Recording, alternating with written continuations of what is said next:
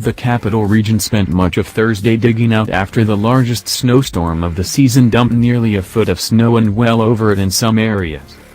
The National Weather Service reported 11.2 inches of snow at the Albany International Airport in Colony, and a high of 16.3 inches in Guilderland. Elsewhere, snowfall measured in at just under a foot, though it crept as low as 2.7 inches in the Saratoga County town of Wilton. What was remarkable, meteorologist Joe Sebalco said, was how fast the snow was falling.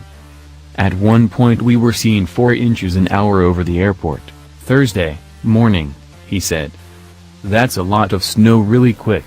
That's not a snowfall rate you see very often.